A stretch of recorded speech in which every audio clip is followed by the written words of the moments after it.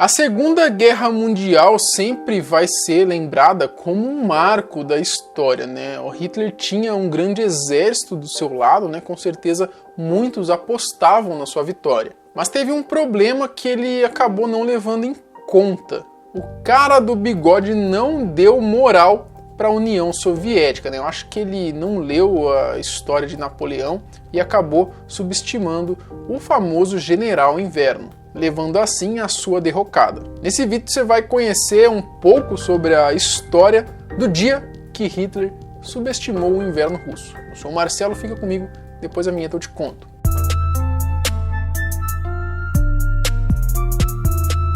Em dezembro de 1941, o exército alemão invadiu a União Soviética em resposta a um ataque, né? Nela, os alemães chegaram a estar apenas 10 km do subúrbio de Moscou, mas depois de estarem tão perto do prêmio, acabaram sendo empurrados a 250 km para trás pelas forças soviéticas, o que deu fim à Operação Barbarossa, uma das mais famosas da Segunda Guerra. Caso Azul. Bom, eu falei da Operação Barbarossa porque em abril de 1942 os alemães já estavam recuperados da batalha anterior e eles ganharam muita experiência com ela. Então no dia 28 de junho do mesmo ano, Hitler planejou começar um ataque que tinha o nome código de Caso Azul. Os alemães se deram muito bem no começo do ataque, eles conseguiram avançar bem rápido, de maneira até que tranquila, digamos assim, por todos os setores da frente. E por ter sido meio que fácil esse início, o Hitler já estava contando com a vitória e subestimando seu inimigo. Em julho do mesmo ano, os alemães já estavam no rio Don, que é um dos maiores rios da Rússia, né? Eles tomaram a cidade de Voronezh e estavam indo bem rápido em direção ao sul.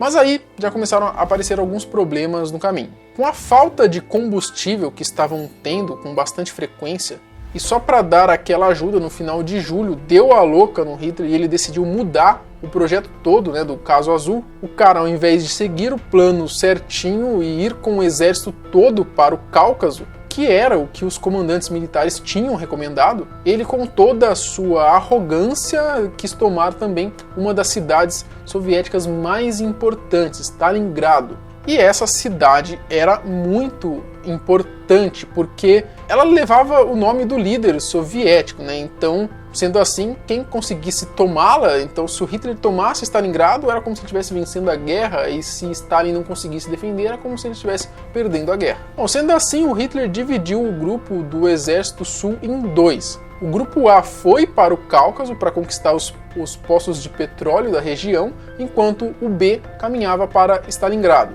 Bom, essa divisão causou muito mais dificuldade logística e enfraquecendo as tropas. Os dois grupos que eram para estar juntos indo aí para lados diferentes, com objetivos que eram para ser conquistados ao mesmo tempo. Bom, alguém tinha dúvida que isso poderia dar errado? A Batalha de Stalingrado.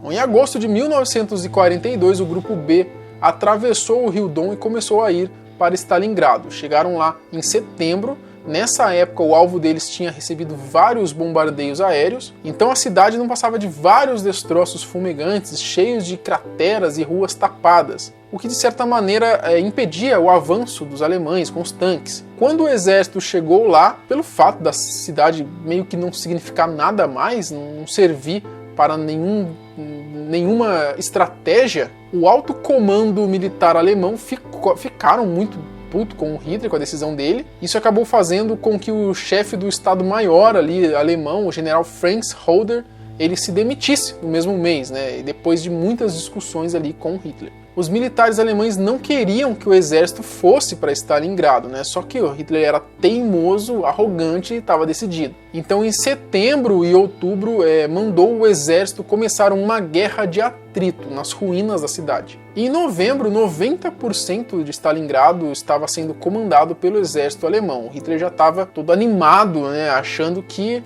tinha acertado em sua decisão e que já estava ganho, né? Mas mal ele sabia a merda que ia dar. No dia 19 de novembro, os alemães foram surpreendidos com 2 ataques soviéticos, um do norte e um do sul. Os caras varreram o lado dos alemães, que os responsáveis eram os mais fracos e desarmados, os romenos, e ainda contaram com uma ajudinha: o inverno russo.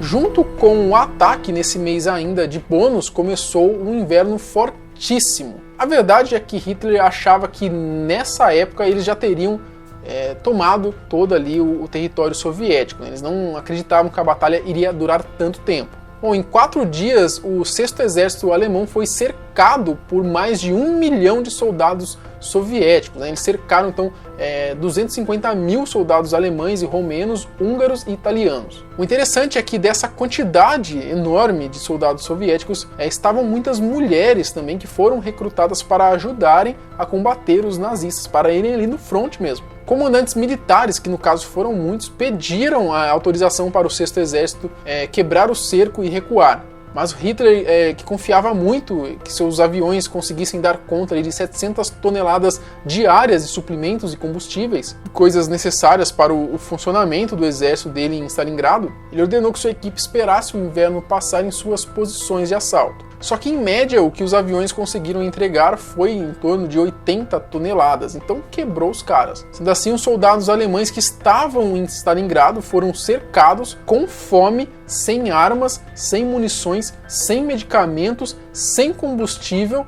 e ainda enfrentavam um inverno de menos 40 graus que terminava de ferrar com tudo. E, por sua vez, os soviéticos já estavam acostumados com esse clima.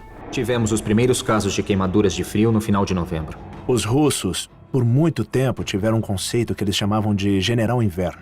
Em outras palavras, provavelmente seu comandante militar mais eficaz era o inverno. Em dezembro, os alemães lançaram outra operação, mas dessa vez foi uma operação de resgate mesmo. Eles colocaram até o nome de Operação Tempestade de Inverno. E essa operação foi liderada pelo general Erich von Manstein. Porém, os soviéticos também criaram uma operação chamada de Operação Pequeno Saturno, que contra-atacou os alemães. A operação serviu para deter a tentativa de resgate dos alemães e também para conseguir a expulsão do grupo do Exército A. Lembra deles que estavam indo lá para o Cáucaso? Então, eles ainda nem tinham alcançado os poços de petróleo do Cáucaso.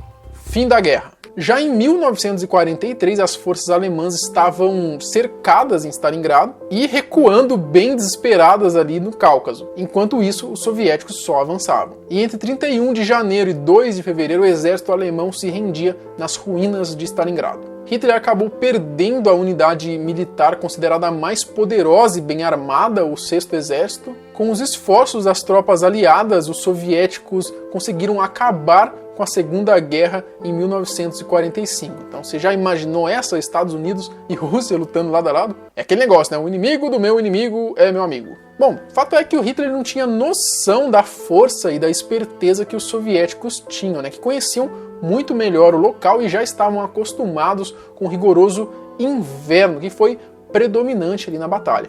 A Rússia foi subestimada por Hitler junto com a própria situação em que estava vivendo. Os soldados alemães fizeram o possível no rigoroso inverno, com muitas geadas, tempestades de neve e ventos cortantes. Eles tinham uma missão importante, mas Hitler acabou sendo ganancioso e acabou caindo na sua própria soberba.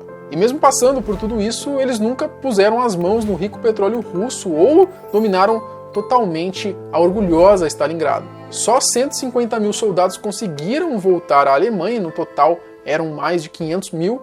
O restante morreu no caminho de frio e fome.